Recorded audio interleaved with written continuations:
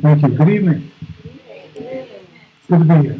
And it's good to see friends and my wife and my cousin, Peter Agard, my wife, Candace Kaysen, are here, which makes it even more special for me. Um, so when he told me that I had 15 minutes, my reaction was sort of, no way. Right? Um, so what I'm going to try to do is just make a few basic points, and then we'll open it up for broader discussion. We're talking about right-wing populism, and you have to situate it in a certain context. This book was mentioned, The Politics of the Right, at Socialist Register 2016, and I really want to encourage people to buy it, and not simply because I have an article in it, but because this is a really interesting collection that looks at the worldwide development of right-wing populism. And there's a problem. In order to understand right-wing populism, we have to understand a few things. One, especially, is that we on this planet have been in the midst of a convergence of three major crises. A crisis around globalization and the global capitalism, a crisis around the environment and the question of the survivability of humanity. But the third crisis, which gets very little attention, but is very relevant to the discussion of right-wing populism, is the crisis of the legitimacy of the state. And right now, in the presidential elections, you're seeing this playing out. And it's being discussed not exactly as I'm laying out, but it's essentially this. They're saying, how the hell is Trump doing what he's doing? How the hell is Sanders doing what he's doing? People don't seem to be relating to the party establishments in the way that they once did. There's essentially a governance crisis that has been emerging and spreading, where people are not necessarily looking to the established routes for political action as their way of venting whatever their concerns, angers, etc. are. And it's in that situation that the phenomenon of right-wing populism can emerge.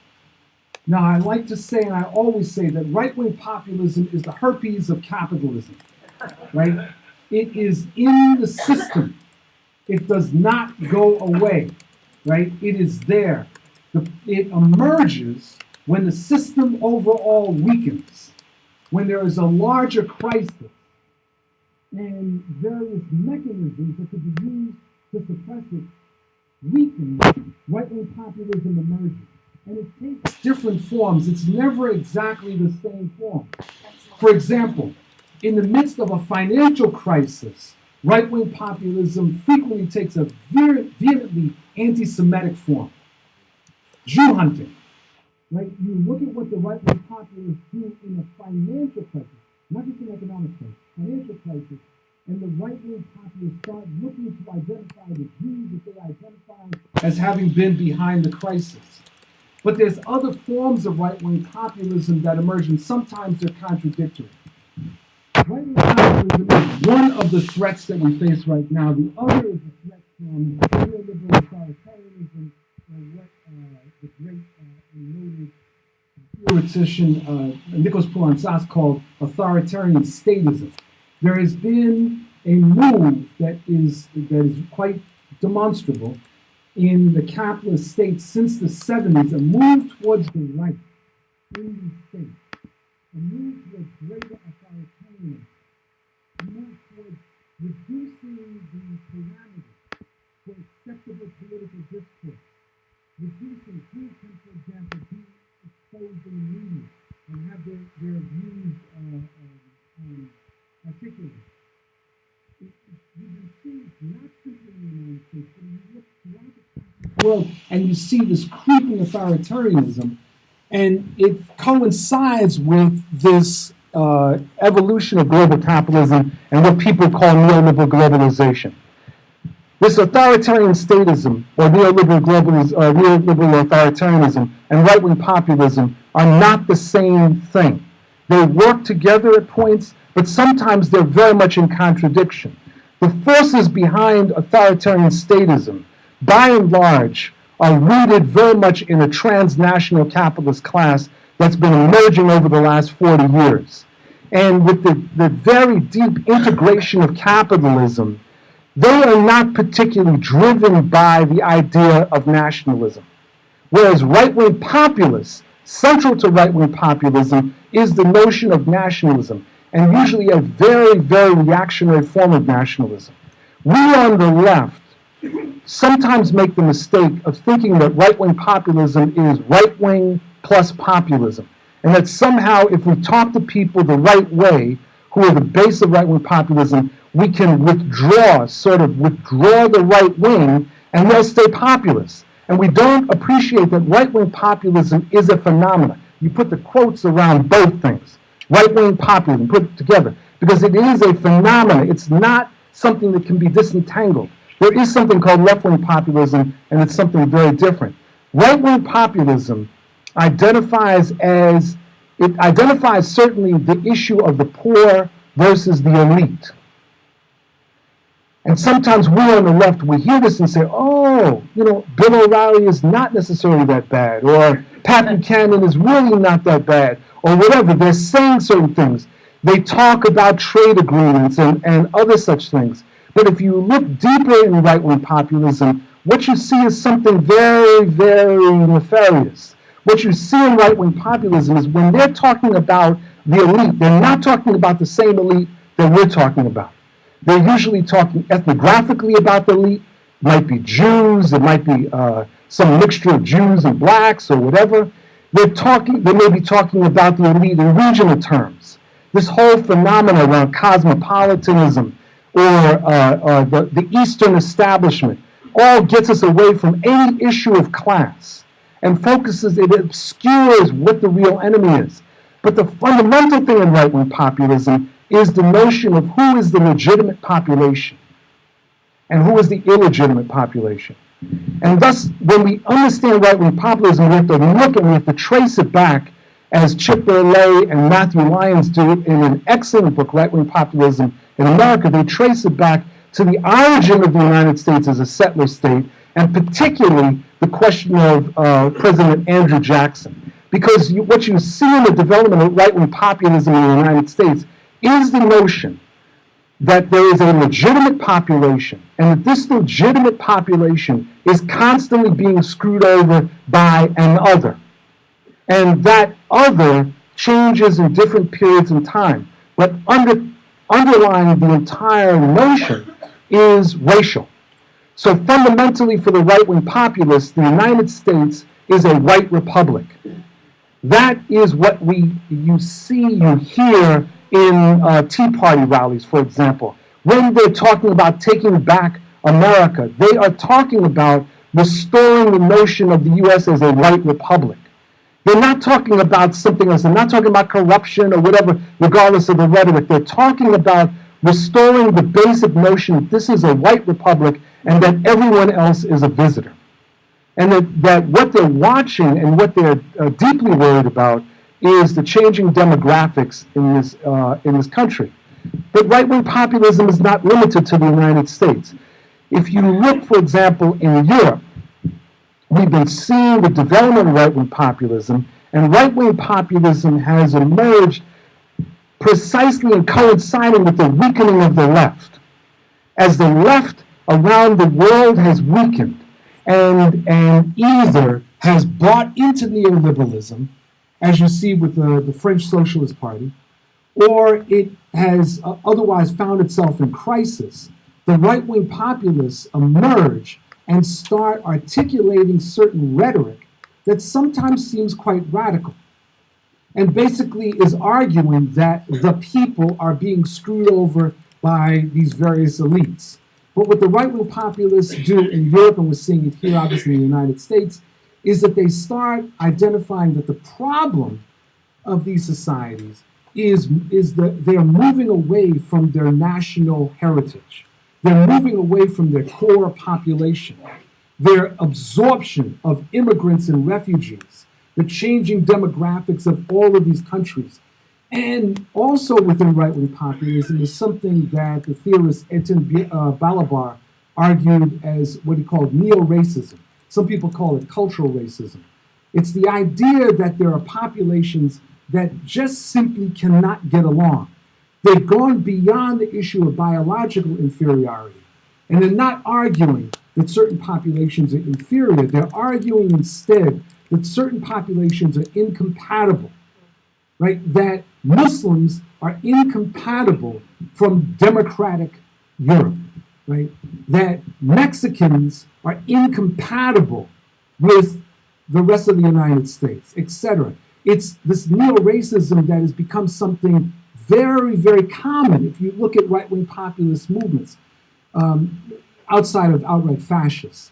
That you see this importance, the importance that's given to the notion of this neo-racism and this incompatibility of populations. So they're articulating a nationalism that says restore our countries to what they once were, restore France to what it once was, restore Germany, etc., restore the United States, which means in effect getting rid of outright other populations.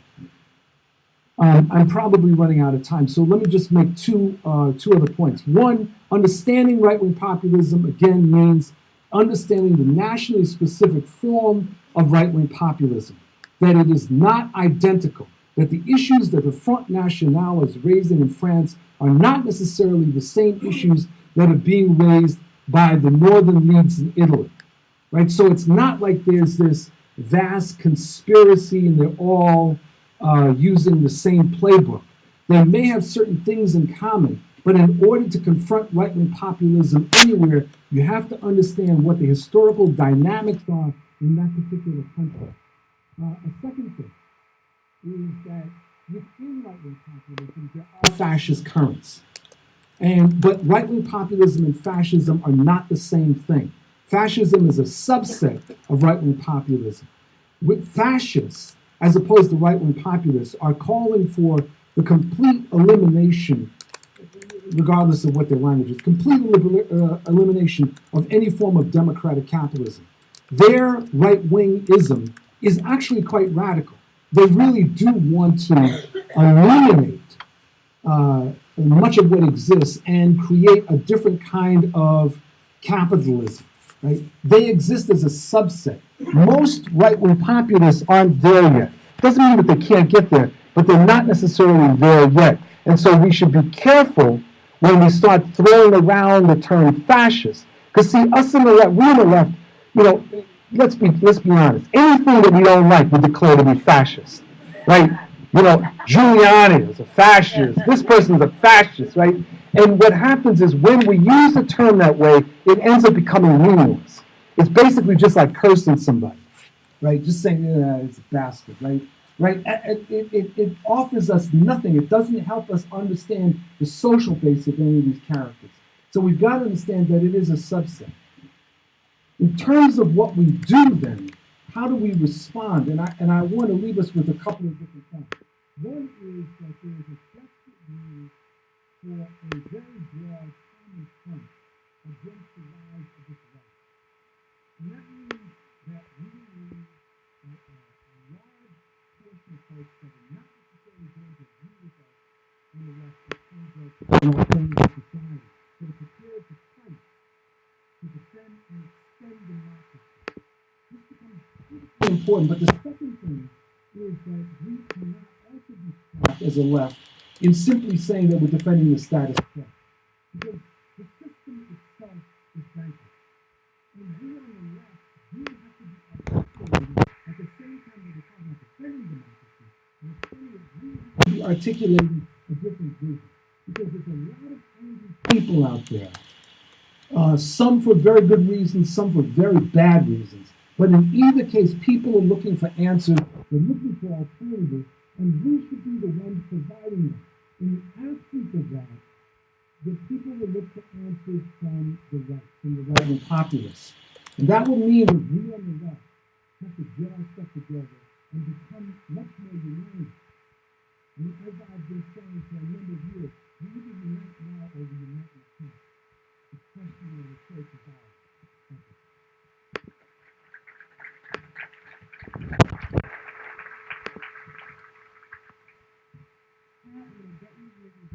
Budget. And then it's not okay.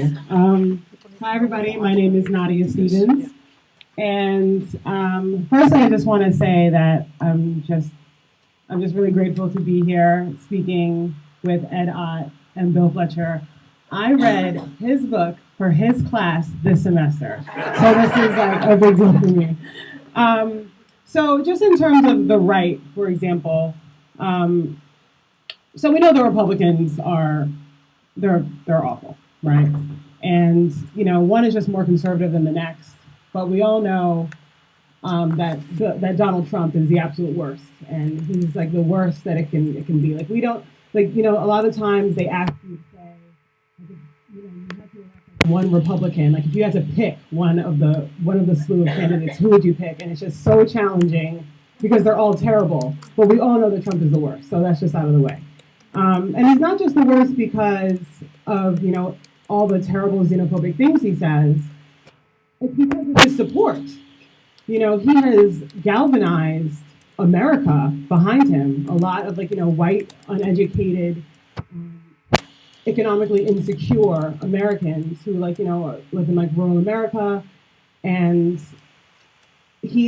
they've all lined up behind him. He's at 44% support with them. So that's what's horrifying. He's managed to insult women, Muslims, Jews, Chinese people, disabled people, immigrants, and our entire democracy. He supported the Black Lives Matter activists getting beat up, and he has accepted thousands of dollars worth of robocalls from white supremacist groups, who I just learned this today, that they're called the American Freedom Party. The website says that it shares the customs and heritage of the European American people. And the robocall says that we don't need Muslims, we need smart, well-educated white people who will assimilate to our culture. They're doing 200,000 robocalls in Iowa, and they're trying to do the same in New Hampshire.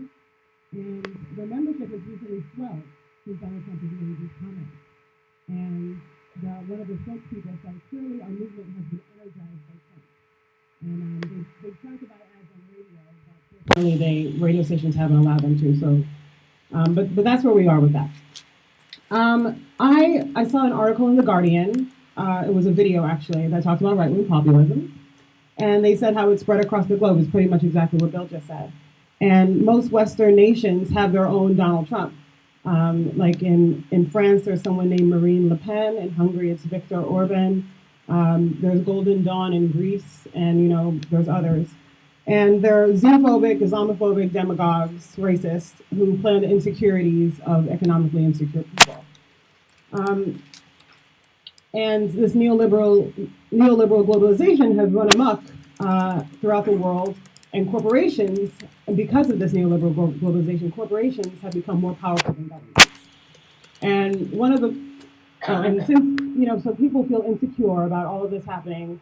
They're losing their money, they're losing their homes, and they're scapegoating, right? And they can't get to the bankers who caused the actual problem. And I heard this really amazing quote. It said, "Neoliberal globalization is a force without a face and a system without a center." So they can't get to these bankers who have actually caused the problem. So they scapegoat marginalized groups, and they blame them for the economic crisis and for their own general economic insecurity. And that's what we have on the right. What we have on the left is even more interesting, in my opinion. The right has gone all the way right. They can't get any further right. I mean, they probably could, actually, which is even scarier. And we need a true left, and labor has to be that left. And our political system usually forces us to choose between the lesser of two evils. And we currently have a rare opportunity to elect someone who is not a lesser of an evil. I'm talking about Bernie Sanders, of course. He is like a true progressive. He's, made his career about fighting for, the working class and for the middle class, and it is his entire platform. That is who he is. And we have not lined up behind him. And unfortunately, that's a common theme in labor, and I think that that's part of our problem. So in 2013, for example, we sort of abandoned John Liu, who was, the true progressive who was running in the race, in favor of Bill de Blasio. Then in 2014, we did the same thing with Zephyr Teach Out and Governor Cuomo. And so I'll just give you like a little bit of my experience with our experience at 1180. This is the only time I'm speaking for 1180, by the way, I should say that. We have an EEO case against the city, just really quickly. I just want to give you an idea of what we're doing. So we have a title called administrative manager who makes $53,000 a year. And when the title, who are mostly black women, when the title was held by white men in 1978, the salary was $24,000. So $24,000 today should be $78,000. If they had the increases that 1180 got over the years, the salary would be $86,000. And if they had increased the minimum, they would have increased the maximum, the salary would be $120,000. Again, one year going to be $53,000. Okay? We made a claim to the EEOC. The EEOC agreed with us, and they decided that we should be making only $3,000 an hour, and that we should get $246 million in back pay. We took this to the Blasio, and we took it to the that is who we elected. That is, us progressivism. And I think that the situation would be much different if we, would have had, more courage and more integrity to stand for, someone who's always been. But additionally, other unions have issues with the mayor. For example, the affordable housing he wants to build, and it's non-union. Cuomo, for example, as well. He's fired hundreds of union members, and the fight for 15 that we're dealing with right now. So the governor and the mayor are having a little. I'll get back to the point right now, but this is relevant, I swear. The governor and the mayor are having they're trying to out-progressive each other on the fight for 15. Meanwhile, $15 an hour isn't even a living wage in New York City. But that is how low we've gotten. We're just fighting for scraps right now. And $27 an hour is the living wage. We're fighting for less than half of that. So I say all this to say that elections have consequences. And the candidates we choose also have consequences.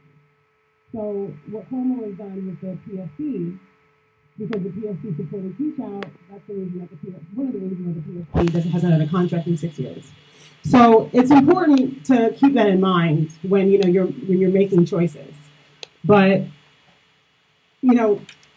also Zephyr got 36% of the vote, and if we would have just stuck together, we could have won that race, and we wouldn't be having the problems that we're having today.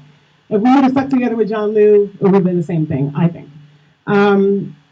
So the right has all the money, but we have all the people, and we always say that. But it seems that labor is afraid to do the work to mobilize the one resource that we have.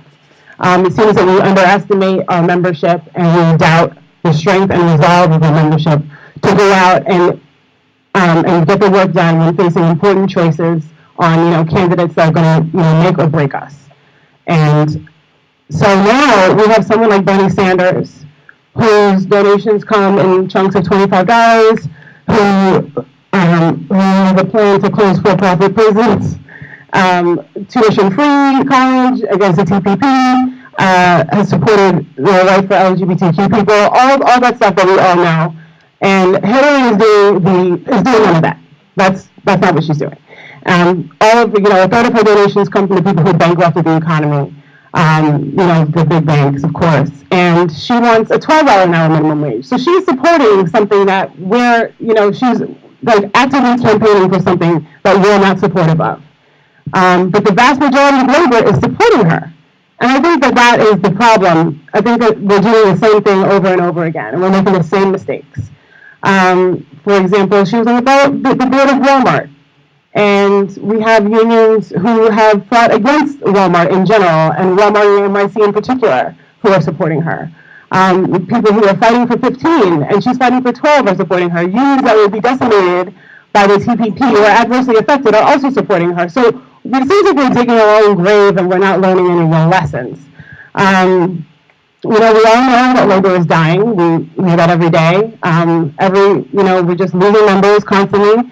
And the unions are always trying to figure out a way to revitalize ourselves and to rebuild and to breathe new life into labor. But I think our problem is that we keep missing opportunities to do that. We missed Occupy Wall Street. We helped, but we failed to adopt their message as our own. We did the same thing. Occupy Wall Street had captured the entire country and the world, and we could have like rode that wave with them and breathe new life into labor, but we didn't do that. The same thing is happening right now with Black Lives Matter. Everyone was talking about that. People still are, not as much as before, but this is a real campaign. They're fighting for justice. They're speaking our language, and we're being quiet. And Bernie Sanders is doing the same thing across the country. He has swept this country. He is like leading in Iowa and New Hampshire. He is, galvanized the support of young people, and we're missing that opportunity as well. So I think that that there is a solution to all of this, and we just have to have the courage and the integrity to stand up for justice and to stand with those who have always stood with us, even when it doesn't seem easy. We have to remember that we are always talking about solidarity, and that, if we can stand together, we can win and we can turn this whole thing around. So, thank you.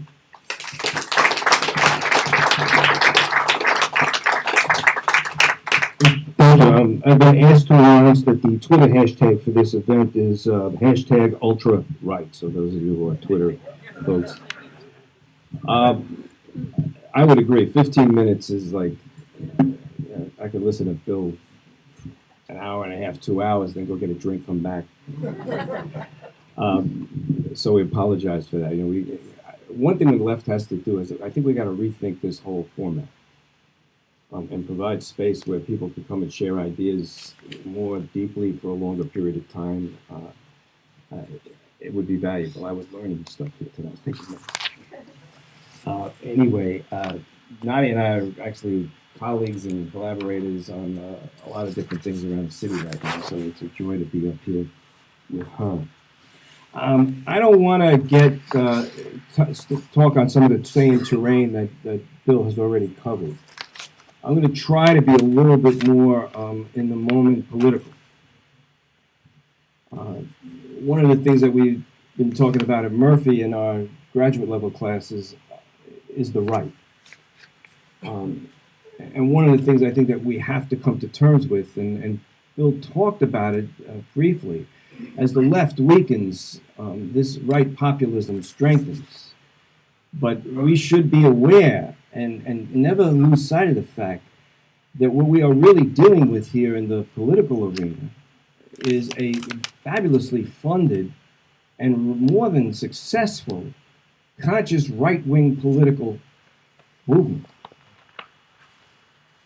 This is a political project that David Harvey described neoliberalism as either a fantasy, utopian fantasy, or a political project to restore class privilege.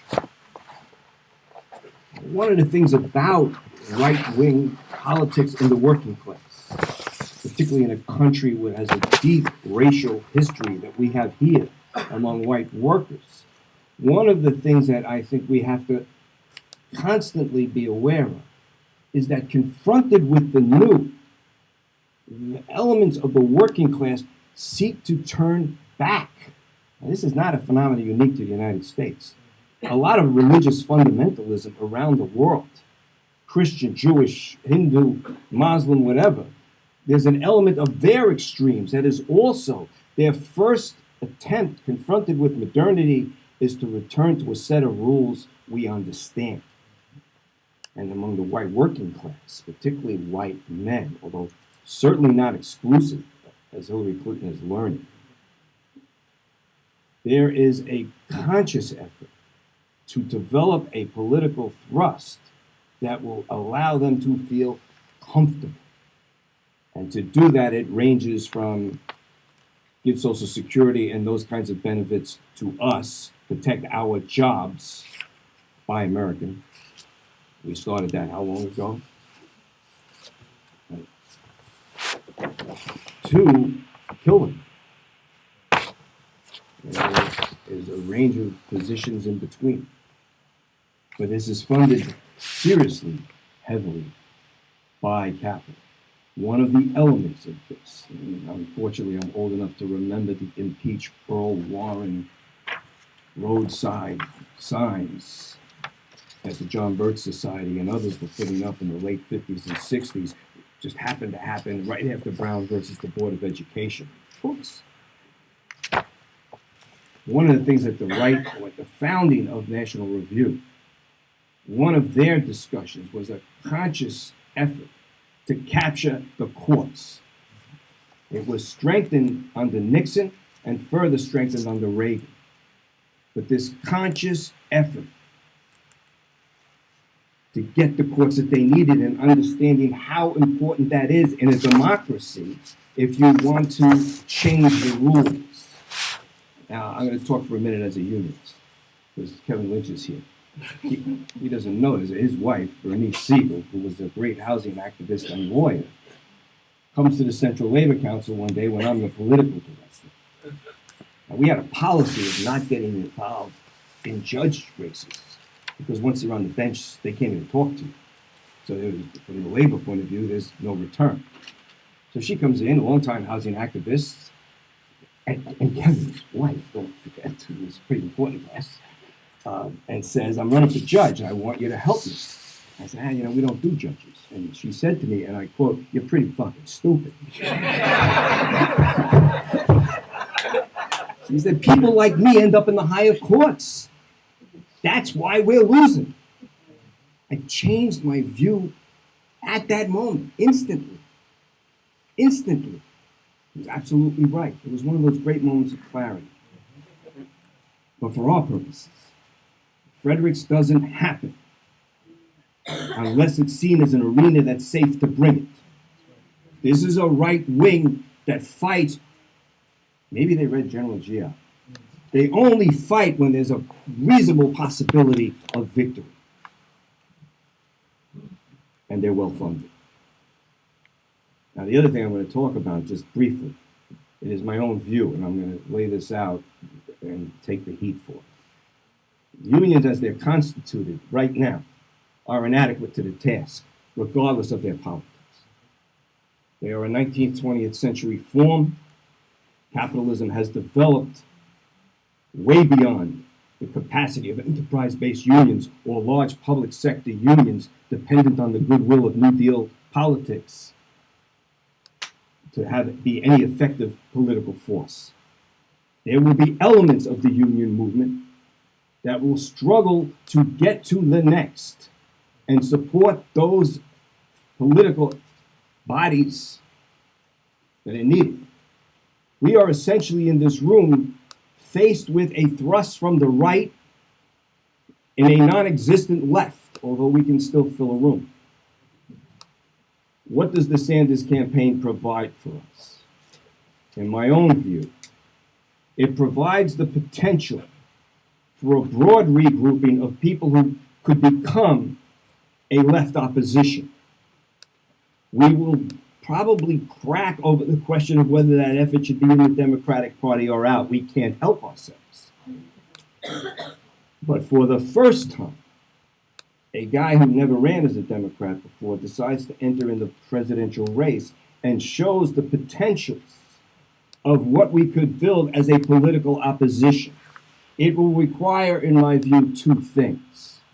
It will require a frank discussion among the working class of this country and the working middle class of this country about questions of race. And it will require, on the part of organized elements of the working class, unions included, it will require risk. And unless we are willing to take the political risk, time will pass us by. Now, frankly, in terms of where I see the union, if Fredericks is successful, and judging from the conversation in the court the other day, members of the jury, I would say that we're losing this case. It will defund large pieces of the labor movement, which has been the right-wing program. In more recent memory, remember how they went after Eggcorn. It was not an accident. It was a part of a conscious program to defund the left, isolate elements of it, pick cutting-edge issues that strengthen their own base among this fearful, this euphemistic thing of evangelicals. It's one of those generic terms that says everything, it says nothing. They're just picking where they can divide. When they went after Acorn, there was only one congressman who stood in the well of the Congress. That was Congressman Nadler from the west side of New York, and said this is a bill of attainder. It is unconstitutional. In his own party, he couldn't get anybody to stand with him. They ran for cover. The foundations that funded that organization, largely, with some notable exceptions, ran for cover. Fredericks, 8 years ago, when I was still at the Central Labor Council, I had the one opportunity I had to speak in Washington. And I said to them, this guy Scott Walker is coming. And unlike the Democrats, when the Republicans get elected, they do what they say they're going to do. They're not worried about their next job. They're well funded. We can recycle. If Walker would come in and abrogate collective bargaining, we could not get traction on that issue. Now, Henry Garrido spoke at the Murphy Institute earlier in the spring last year and said that the local that was impacted in AFSCME at that moment, when they abrogated collective bargaining rights, lost 76% of their members in 11 months. That was the first local to win collective bargaining statewide in the United States. They lost 76% of their members. That is not just we lost a court case. That is an organization with no connection to its members. And there are people in this room that know what it was like in the public sector before collective bargaining. We're going to have to relearn this because we're going to lose it. But the right to work thrust is part of our political weakness. Now, the Bernie-Hillary thing, I will predict sometime around October 26th, which happens to be my birthday, we will be desperate to elect Hillary Clinton if she is the nominee. If it is Bernie Sanders, we will be somewhat more enthusiastically but desperate to hope he wins. The struggle is going to be across this country, though, in the down ballot races. I don't know if any of you saw Edsel's column yesterday in the New York Times. We talked about the state legislatures and what's happened over a period of time and the erosion. That is not just a win for Republicans and a loss for Democrats. That is the end of an ideological defeat that said government had a positive role to play in workers' lives, that they were supposed to ensure certain stops, that you would have something at the end of a working life, that if you lost your job, you would have something. We used to call these incomes policies in the 70s. Now we're saying, I remember when they took the Congress the first time, I can't remember his name because names don't come easy anymore. It was the guy who became the senator from Texas, who was quoted in the New York Times as saying, this is wonderful, but our ultimate goal is a real opportunity society without minimum wages or Social Security. That's almost 30 years ago. And they have carried out systematically every step of that program. The unions are inadequate to the task.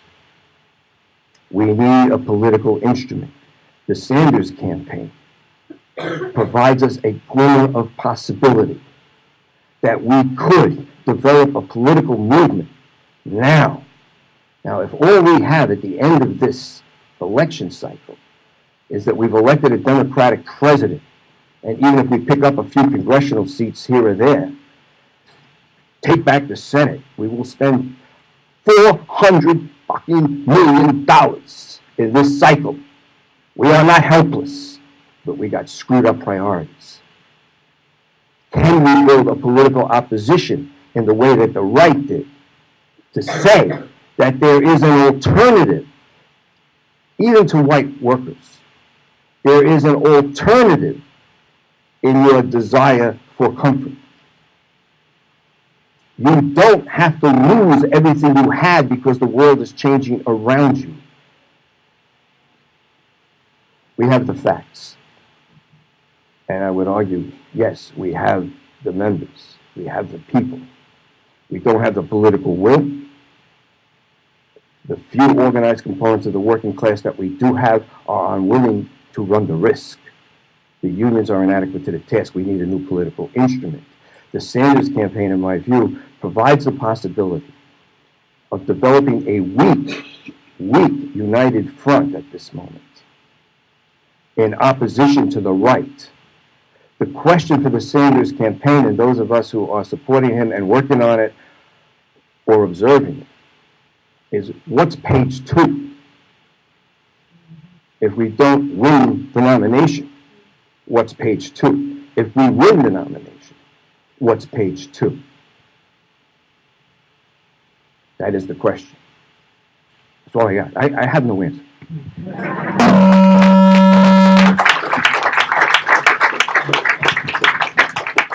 Thanks very much. The three presentations, I think, really very rich and dovetail one another, pick up different aspects of this discussion.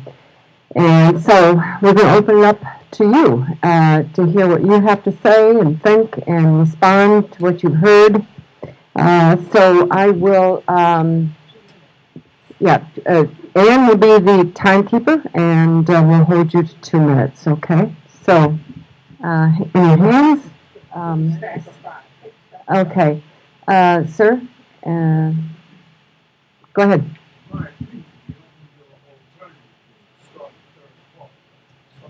Use the mic. I'm not sure.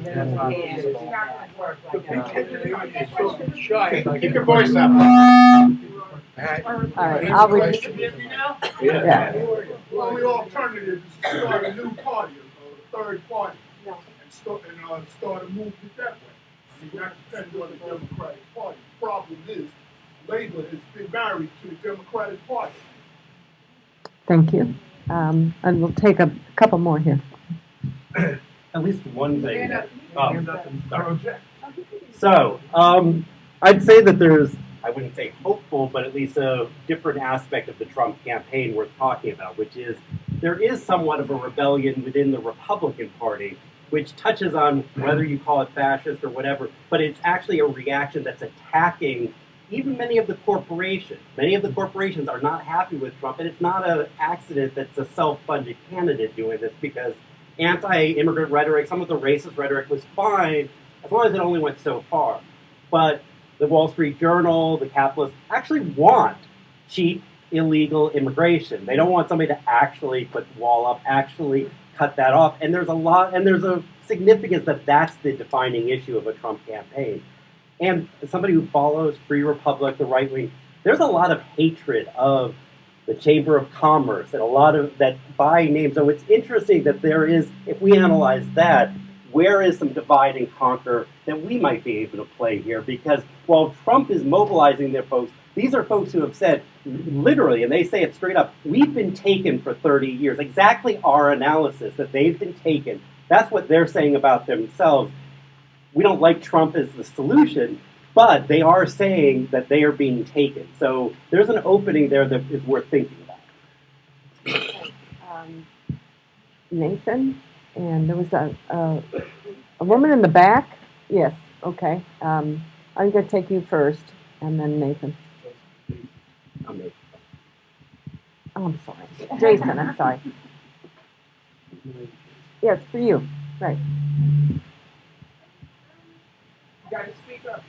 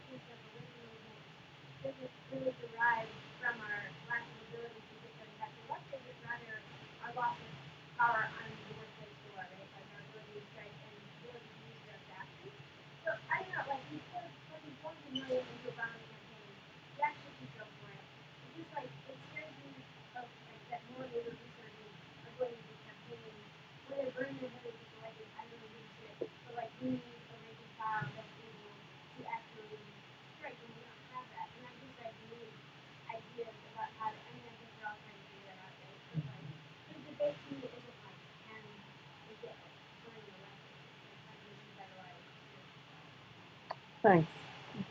Patrick? Does the work of Chase and Lee would suggest that there is a residual victim cohort from NAFTA and the sequela of trade deals that served as a part of the Trump campaign? Does that not suggest that there's an opportunity, like just picking Martin on the market here, that the left can, with some effort, utilize to transform that cohort into a more progressive force? Okay. It certainly, all right. It certainly appears that the vast majority of Trump supporters come from the white working class. There simply can't be that many petty bourgeoisie in the United States to make Trump as popular as he is. But unfortunately, unless democratic trends in the United States speed up and the browning of America continues apace but much faster, somehow or other, if the left is to ever have a political majority in the United States, somehow we have to win over these white workers away from their white nationalism and their support of horrible ruling class politicians like Trump. So I would like people on the panel to discuss, how can we do this? How is this done? Are there examples from history that we can learn from? Okay, I'm going to take a couple more and then we can. Dennis?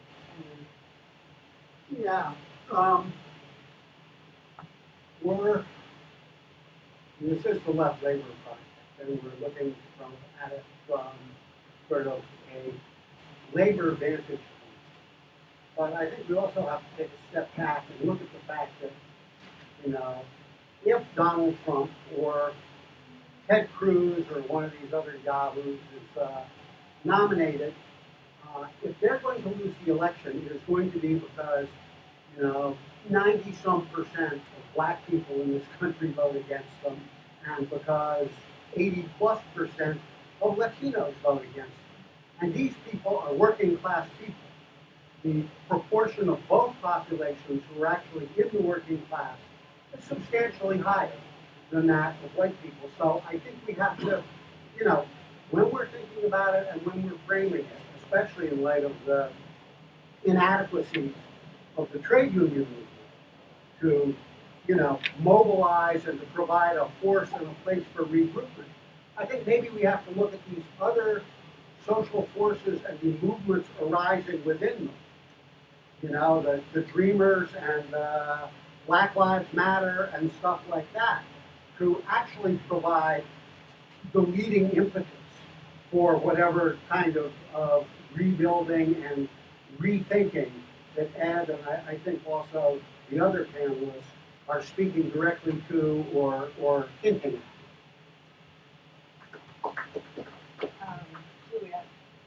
I think my question is kind of in the same direction. I know that Nadia, you're a leader of a union that has very many black women in it, and I'm very interested in their sort of analysis of this whole phenomenon of the right, and particularly do you and your members see how the Black Lives Matter mobilization and just putting forward, I think in a very different kind of way, this very basic idea, rather than being just narrowing down instantly discussing a specific policy, right? Just putting this idea, Black Lives Matter. How do you see that kind of a stream feeding into a fight against the right? And how do you see it has not, in my observation, it hasn't been a huge enthusiasm for Sanders among the Black Lives Matter activists or younger Black and Latino folks. So I wanted to get people's thinking on that one as well. I'm going to open it up to the panel to respond to some of the discussion and answer some of the questions that have been posed. Who would like to begin?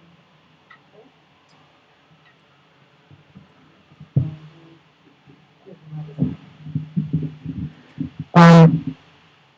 I want to touch on a couple of these, maybe three of these points. The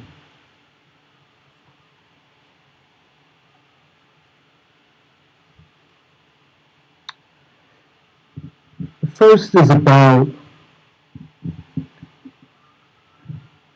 I haven't seen any recent studies of Trump's base, but I have seen studies of the Tea Party.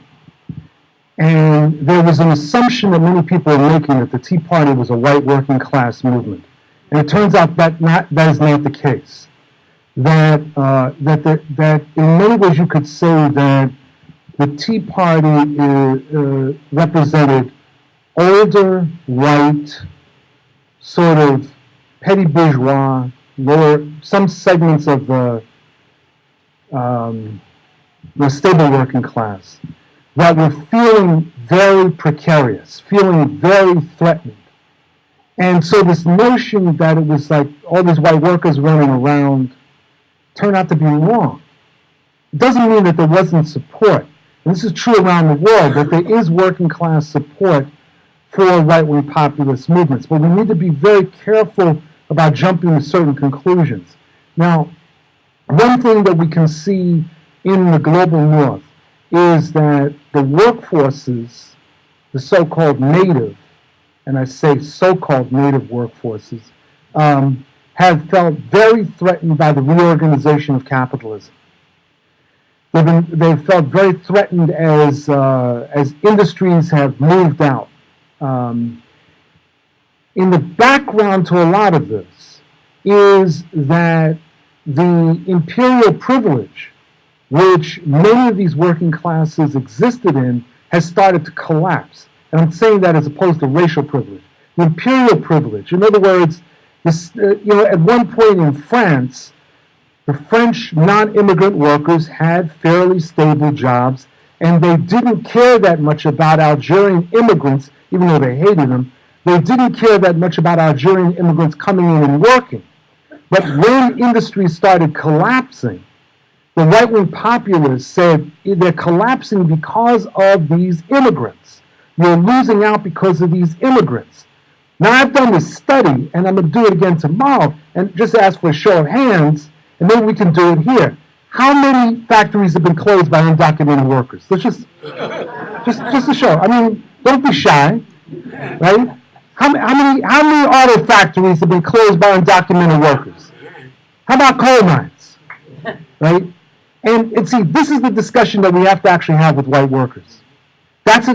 It's not trying to walk away from this. We have to have a very direct discussion with white workers about what's happening and actually who is the enemy. When people talk about the trade agreements, well, we have to be careful about how we talk about that.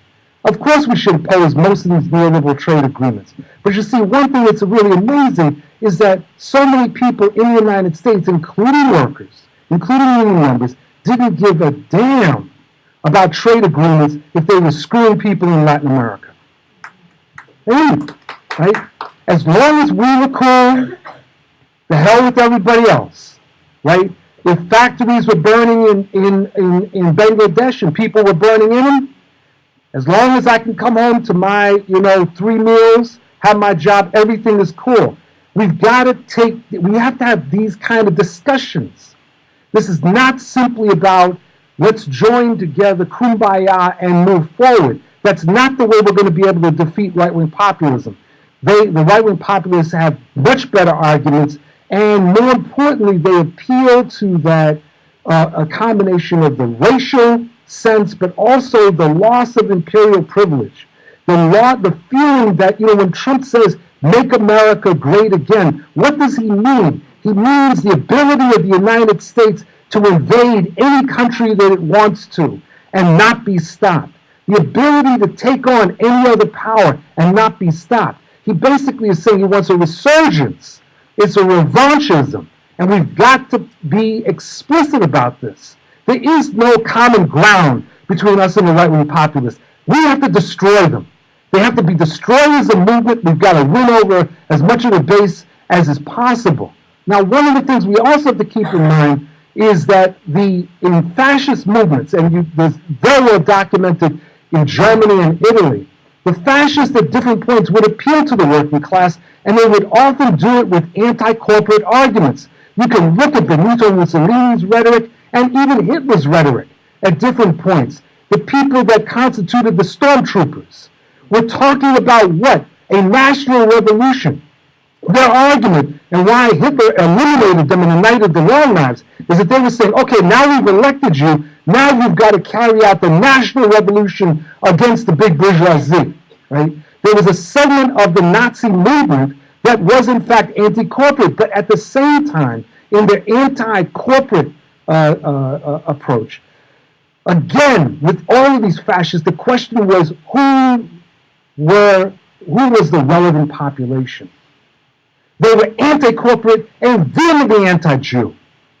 And they saw no inconsistency. They were some of these were deeply anti-corporate. Some of them were former communists and former socialists who were talking about a German transformation as long as you got rid of the Jew. Right? There is no common ground between us and them.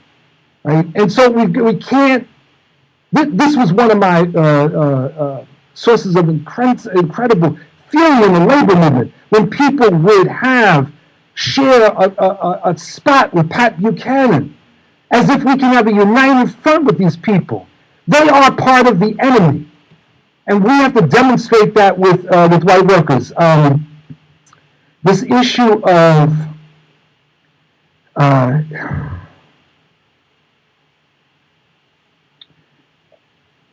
on a different point about that Dennis was raising about, someone was raising about, a couple of people were raising about Sanders. I'm sorry, Juliet raised it, I believe, about Sanders and black folks.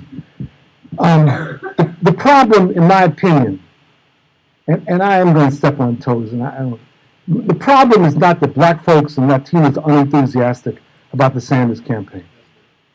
The problem is that the Sanders campaign is unenthusiastic about the black freedom movement. The Sanders campaign is unenthusiastic about the Latino movement. We need Sanders, I've made this argument consistently, we need Sanders walking Native American reservations.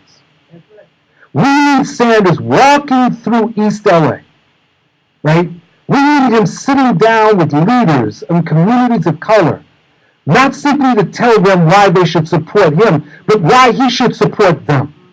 Why he desperately needs them as part of this movement. You know, one of the things that was really fascinating, and I'm not giving away everything, but I had some of this discussion with some elements of the Sanders campaign, was that in 1988, when Jesse Jackson won, one of the things that was amazing is that this is a guy, last time I checked he was black, and he was in the middle of places like Kansas talking to white farmers.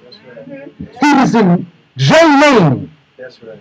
And there was probably not a black person within 150 miles of him. And people were just bringing the house down. Not simply agreeing with him, but seeing him as their champion.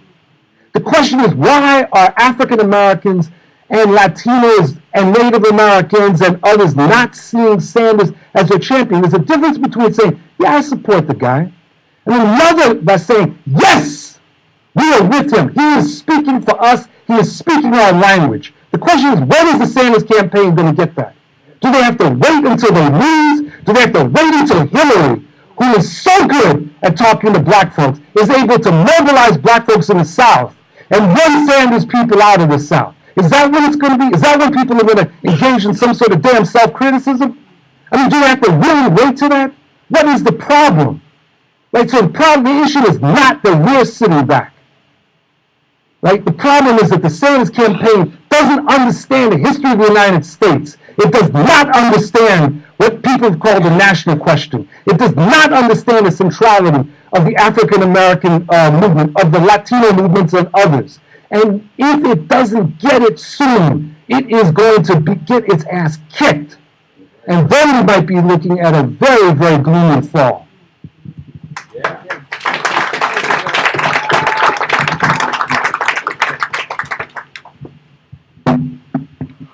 One thing I wanted to get at in terms of the Trump stuff, and I would agree with the criticisms of the Sanders campaign, and it's an odd thing about the Clintons, by the way.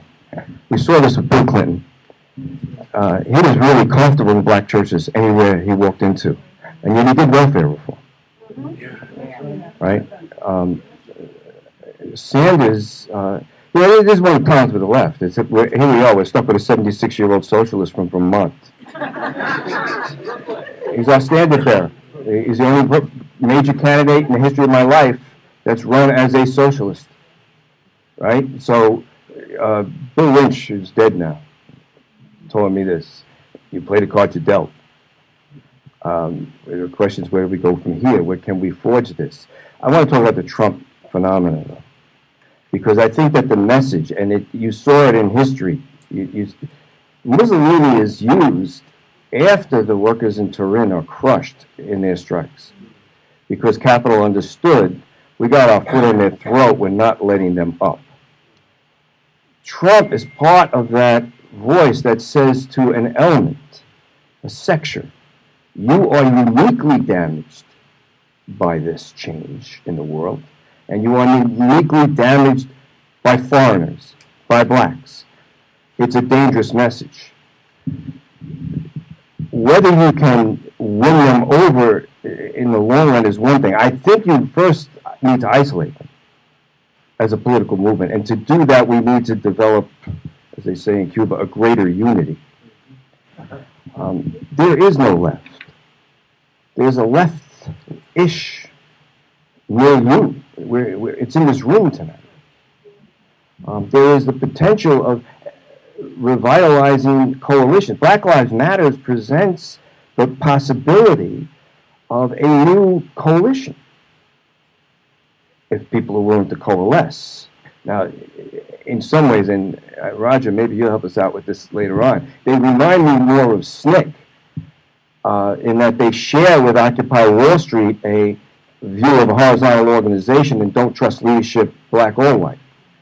And that, frankly, I'm still enough an old lefty to say that's problematic. We believe in organization. It's the organized components of the working class that are going to have to figure this out, of the broader class. But the Trump piece has the same value, and I'm not going to declare him a fascist, although he could get there very easily if somebody lays the basis for it. The Trump movement is consistent with how the Nazi Party divided elements of the working class. How the Italian, you saw it most recently in Russia, where the effective use of anti-Semitism and nationalism takes huge pieces of what people would self-describe even then as communists and launch themselves off on this nationalistic, anti-Jewish political movement. But again, this is a political project. It is well funded. It is well thought out. Whole institutes exist in every state that are designed to take the next piece. Unfortunately, what we're seeing in this election, maybe it's a glitch in the Republican Party, but it's a consistent next step political movement from the right. And win or lose in this election, the Democratic Party, it continues. In some ways, Hillary becomes the perfect foil as president to generate more of a thrust on the right. The question is, where is the real opposition? The Democratic Party is not sufficient, as we have learned, as it ever has been, is not the sufficient political instrument to defeat the right.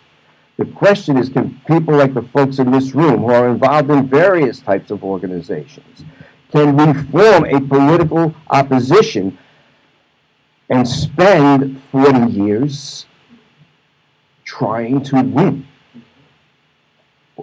If we get back on the election treadmill, we probably won't. Elections have a use value in a democracy. They mean something to people, and they can be a political manifestation as strong as a demonstration of 1 million people in Washington, even more so.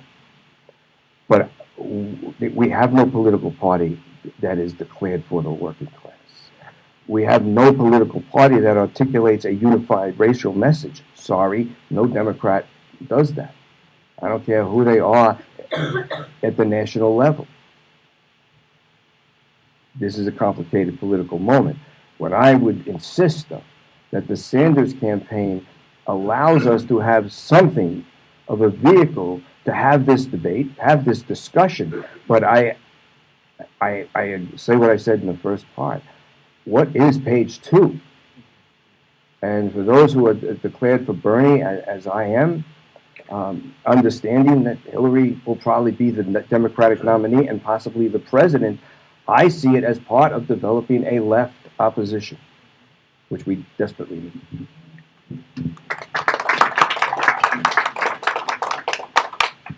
I wanted to talk about what somebody brought up before about Sanders and his very white campaign. So to Bill's point, it worries me. All that worries me. So, we elected the first black president because black and brown communities were mobilized and excited. And he's the first black president, and everybody got out. They got out in 2008, and they got out in 2012. And young people, that was like a political revolution, that point. It was very short, those 2 elections. That is not there now. And I don't know if we can win without it. And so I've been petitioning for Bernie Sanders, and I've been on the 2 train in the morning, and asking people to sign. And a lot of people don't even know who he is. And that is, every time I hear that, it's just so disheartening, and it's really just, we can't win without everybody. We can't win without everybody. That's what it is. When Obama won, we had everybody, and we don't now. And we're missing very large segments of the population. Yeah, he's winning in Iowa and he's winning in New Hampshire, but those are very white places. And he has been successful in reaching out to white people on his economic message. And even though his political platform is more beneficial to black people than Hillary's, they're not being reached because he's not really thinking or really talking about them. He says Black Lives Matter, which is great, but it needs to be a lot more than that. And I've spoken to the campaign. I'm like, when are you guys going to come here? And I mean, in a way, it's too late. You're coming now asking us to vote for you, and we don't know who you are. You just got here. And what's I gonna say? And they're saying, oh yeah, we're gonna come after Iowa, after New Hampshire. It's like that's too late. I'm part of a group, African Americans for Bernie. We exist, mostly online and social media, trying to reach out to, other black people. And it has been, there has been progress, but it's very slow. And it can't come from us, really. It has to come from him.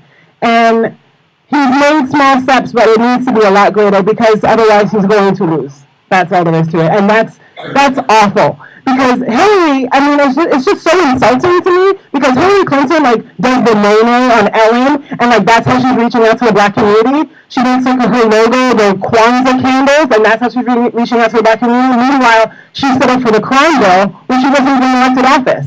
So we put more black and brown people in prison than any other piece of legislation. So there's a lot of work to do, and it has to come from Sanders, and I don't know how long it's going to take for that to happen, but it's depressing.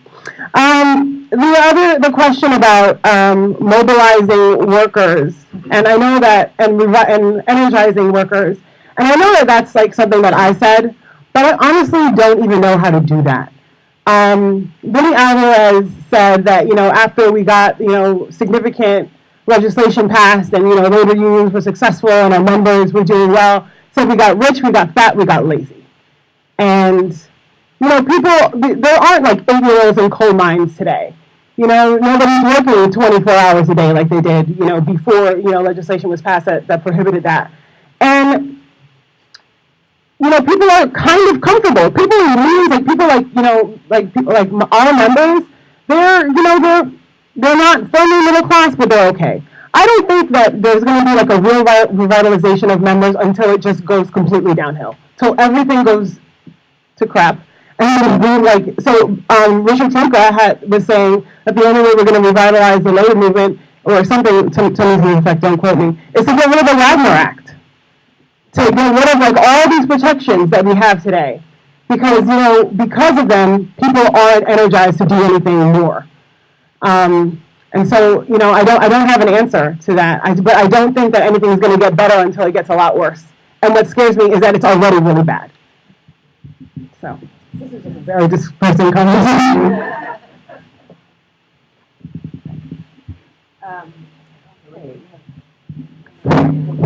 Maria. Hi, I'm really interested in the role of gender in this because obviously Trump is very sexist, still very complicated situation. Obviously, the desire to return to a mythical past has a lot to do with gender, and single women, young women tend to vote very progressively, even white women. So I'm curious what you see the role of women, and also I'm curious about the question was asked about Black women in your union and like how they're reacting to Trump specifically. So yeah, I want to get your guys' thoughts on that. I might just say that Maria is the head of Democratic Socialists of America. I'm very pleased that Maria is here tonight. I'm going to call on some more women.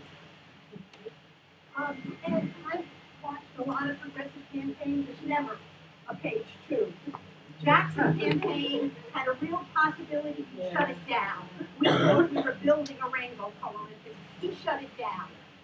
Sanders originally went around the country asking people whether he should run as an independent, and he said explicitly to try to build a movement or to run in the Democratic Party to be heard. I understand. Nobody's going to know Jill Stein. I don't see anything going on in the Sanders campaign that contributes directly towards building an organized movement. Indirectly, I love how he exposes Hillary. Indirectly, yes, it's good to take shots at Trump, although I don't think he's the main danger. It's dangerous to build that kind of a fascist base, but Hillary in office is the main danger. Bill Clinton was the worst president in 50 years. He did NAFTA. He ended welfare reform. He did mass incarceration. She stumped the country for every one of those, and now she's trying to rebrand herself with a bunch of lies. I like that he exposes her. I like that he puts out a program that sort of gets Wall Street and that those things get heard, and he puts a lot of our issues like free tuition and even CUNY on the table. And I'm not saying that Trump doesn't do any harm, but I don't see any force building any organized movement around the Sanders campaign. And I've never seen it. I've never seen a page two. I'm not saying he makes no contributions, but we should specify what they are. And please, is there any way anybody is or can use it to build an organized workers' coalition or movement or whatever we're calling it? I've just never seen it. Thank you. Hi everyone. This was a really awesome discussion. Thank you. I just want to say with the whole Sanders campaign, the way I see it, the campaign is going to focus on building momentum for themselves and trying to, get voters in Iowa and New Hampshire. And a part of, because they're putting all that resource into doing that, even though they should be, and we would like them to, go to the African American community, my community, which is the Muslim community, really affected by Trump's rhetoric right now. They're not necessarily putting the resources to do that because, they are a campaign, top down. That is just how campaigns unfortunately work. But there are, I would like to say, several movements. I would say my movement, which is People for Bernie, the biggest movement out there, grassroots movement. And the reason we started People for Bernie, the reason why I was more attracted to working with People for Bernie rather than the campaign itself is because I saw that as an opportunity for us to be involved in a nationally renowned event that's happening, which is the election, and taking control of the grassroots movement and making sure that all of us here, that our message, our narrative is what gets told.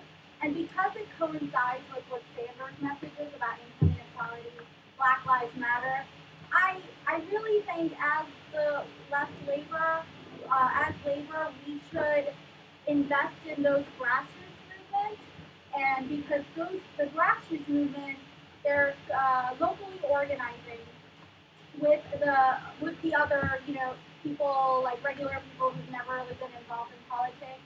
And in order for us to recruit them to our causes and to fight with us for 2017, we really do need to be involved in this election and not wash our hands completely. If the Sanders campaign is lacking in its outreach with communities of color and communities like mine, we should step up and not necessarily use their tactics, but educate people, recruit people, canvas, whatever it is, and build, strengthen our community work. And I think I see that as an opportunity, and I really hope that all of you will join People for Bernie and other grassroots movement working towards that. We have a lot of hands up. We're not going to be able to get everybody here. I'm going to take two more, okay? Kevin and then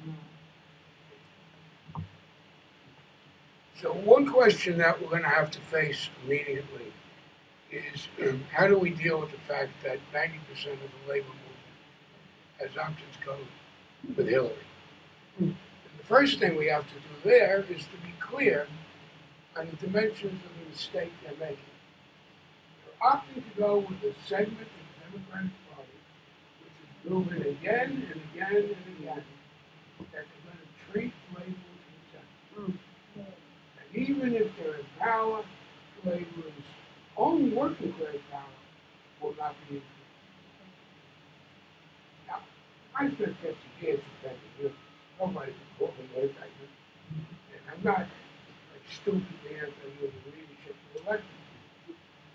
But I must say that this is one of the greatest failures I've seen in the leadership of the labor movement. An opportunity to actually go for working class power, and instead they're going to build up the center element in the Democratic Party. Terrible mistake.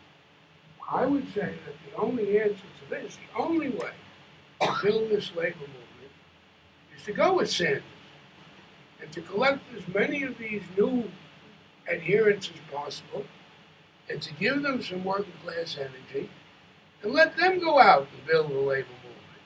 The labor movement will be stronger 10 years from now if we have a major movement of working people for Sanders today.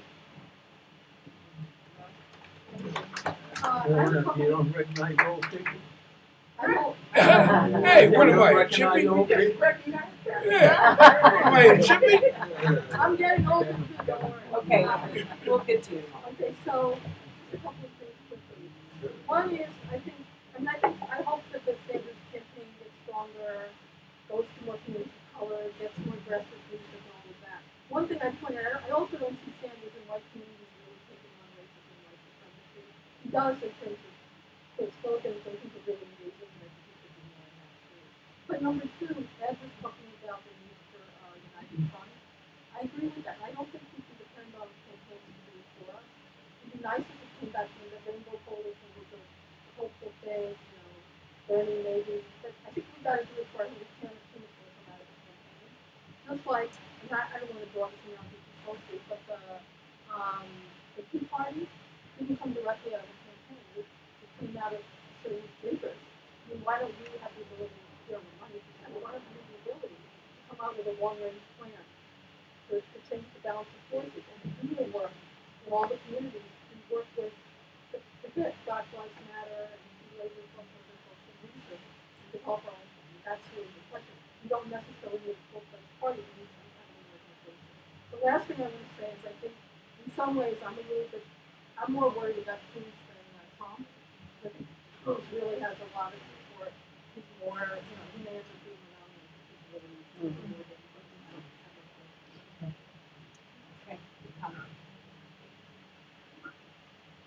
Okay. It's, I can talk further, so I'll try to keep it down to a little bit. I look at this room like I always do when I get to an event, and I look at the mixture, and it ain't good, It ain't good. I'd like to ask, how many people here are actually involved in the presidential campaign? Really involved. I don't mean just going, okay, that's it, 3, 4, 5. A lot of talk, but no action. I'm 93 years old, and if I don't have anything, I have experience. When I was in the factory, they threw me out because I was a red, and it goes on and on and on and on. And I kept on fighting back for one simple reason, that something was wrong, and I don't like things when they're wrong. I try to fix them. Luckily, for the most part, I've been right. So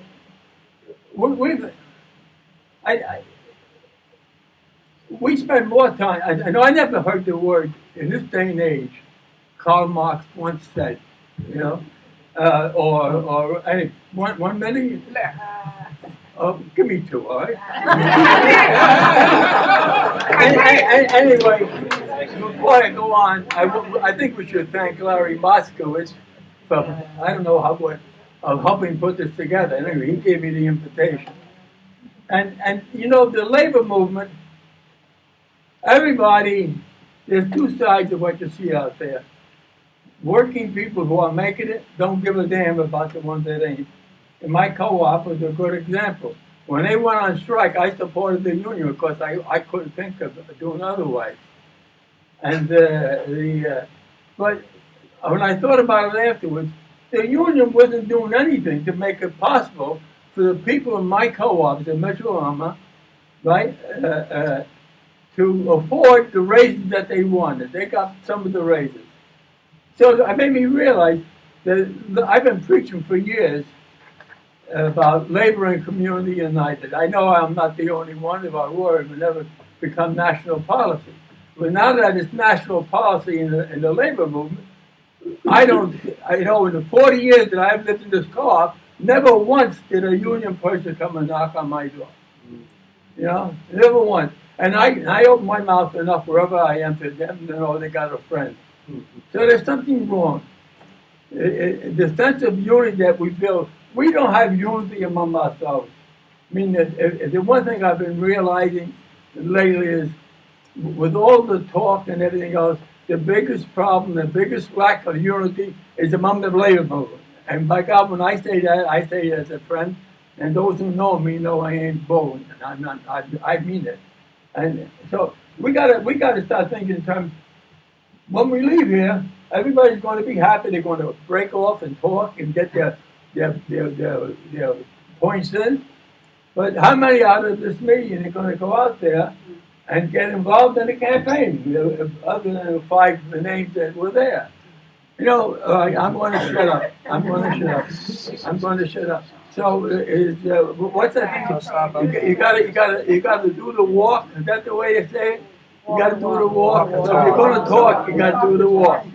And believe me, you pay the price for it sometimes, but it's worth it. I'd hate to be the kind of person that I would have been if I didn't wise up to what was going on in America. Thank you. Okay, I'm going to allow 2 more minutes for each of the speakers to respond. I'm sorry we can't handle everybody's coming here. And then we have a very special message after that, and then some announcements, okay?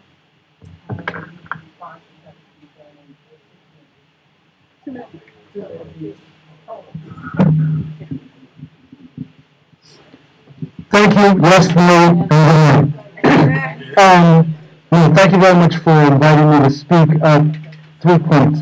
One is, in terms of issue of gender, one of the things you see in right-wing movements is a very interesting manipulation of the role of women. There's almost something you could almost describe as a perverse form of right-wing feminism that's represented by people like Ann Coulter, and that where the right wing, or Sarah Palin, where the right wing will position women in leading roles in some cases, but they're articulating an incredibly reactionary message.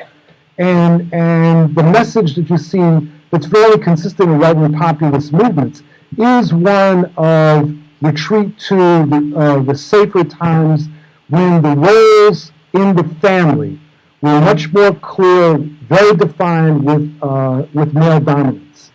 And this is something that you see across the planet. Second, in terms of, I would never say that Hillary is the main danger. I'm sorry, with all due respect. When I look at the clown show in the Republican Party, as Ed said, these folks get elected. This is a really dangerous situation we're walking into, and the planet is as a whole. And so I think we have to be very careful. We can have all kinds of criticisms, et cetera, but we've got to understand what the motivation is behind these folks in the Republican Party. The final point. The mistake, I actually wasn't planning on speaking much about electoral politics tonight, despite what Larry wanted me to speak about. But I would say this, that we on the left refuse to do, and I want to borrow something that Ed said, we refuse to do what the right did in the 1960s. We refuse to develop or even engage in a real discussion about national electoral strategy. There is no discussion of any substance on the left about how we take control of Texas. There's no discussion about legislative elections in Idaho. There's very little discussion about who the next governor of Iowa is going to be, right? There's nothing, it's like what happens on the left is that we get involved every 4 years and then we vomit for the next, right? We get involved, we get drawn into the presidential races. Many people become very active, and then we leave the presidential races completely upset, sick of it, vomit it out, don't participate in the midterm elections, and then the next cycle starts and we get back in again. It becomes like that hamster on the damn wheel. Instead of us thinking about what do we need to do at the level of strategy. And my feeling is that that's a discussion I want to have with people on the left. It's more important, actually, than the question of who people are going for in the presidential race. The question is really, how do we win? And I actually think most of us really don't want to win. We're so used to being defeated that it's comfortable. It's really comfortable in the cell that we're in. And I think that at the point that we decide we want to win, all of a sudden the discussions are going to change quite dramatically.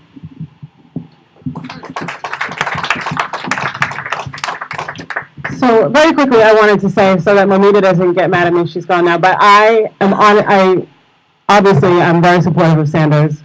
I'm going to do everything I can to get him elected. I'm just concerned about his outreach to the Black community, and I'm going to do my role to try to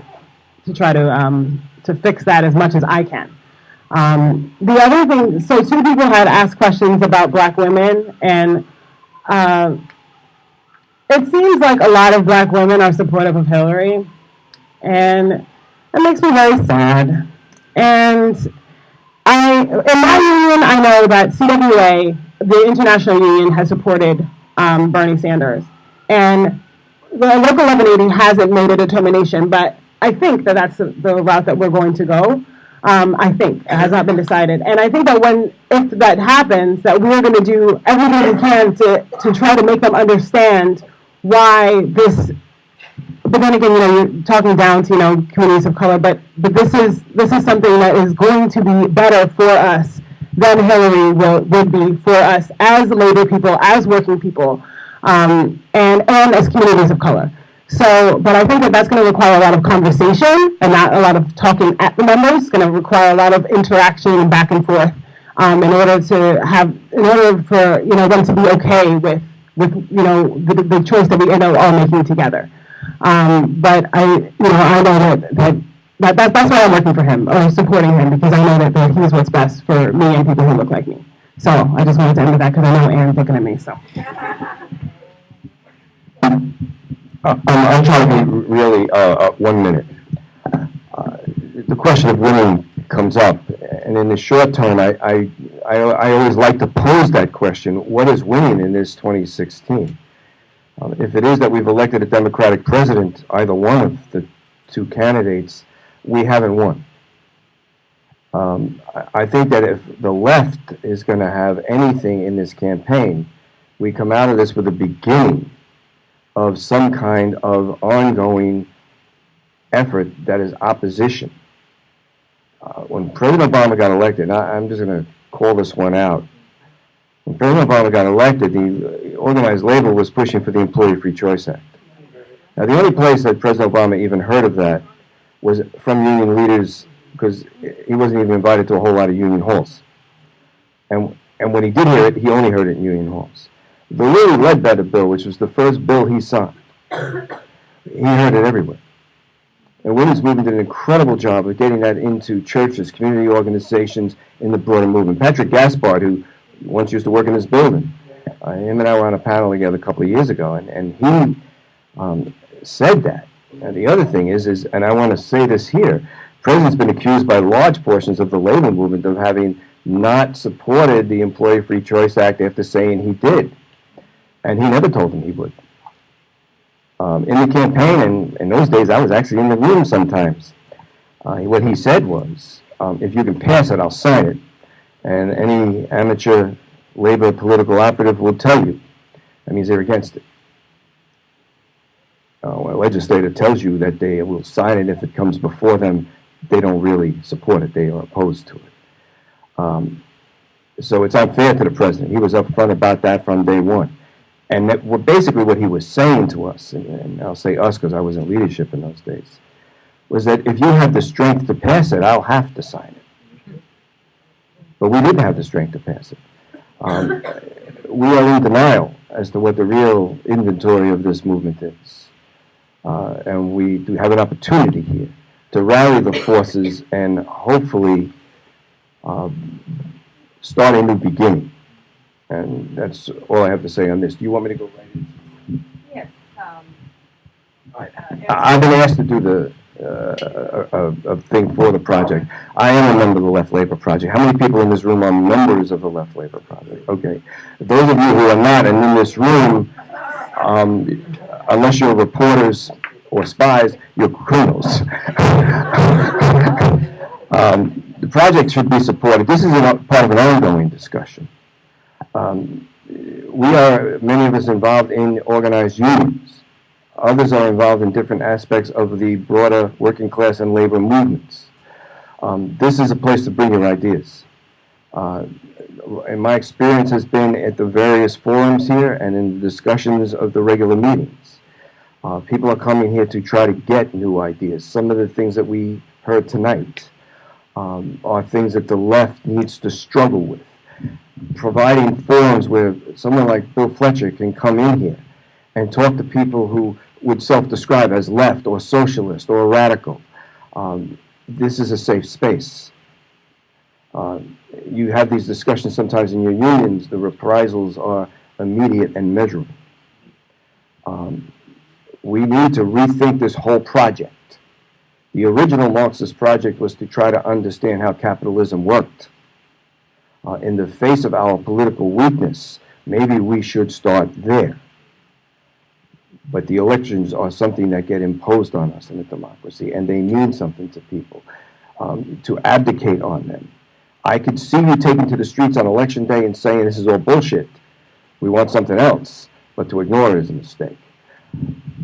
This is a place to have that discussion. Support the Left Labor Project. If you happen to be in a progressive organization that can send $100, have them send $100. $11.99 has been very generous.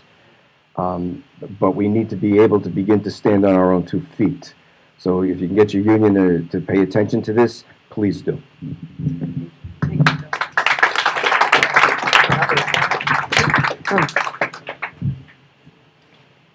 Ann, do you have an announcement? Yeah, I have an announcement. There are some other announcements too. Here, my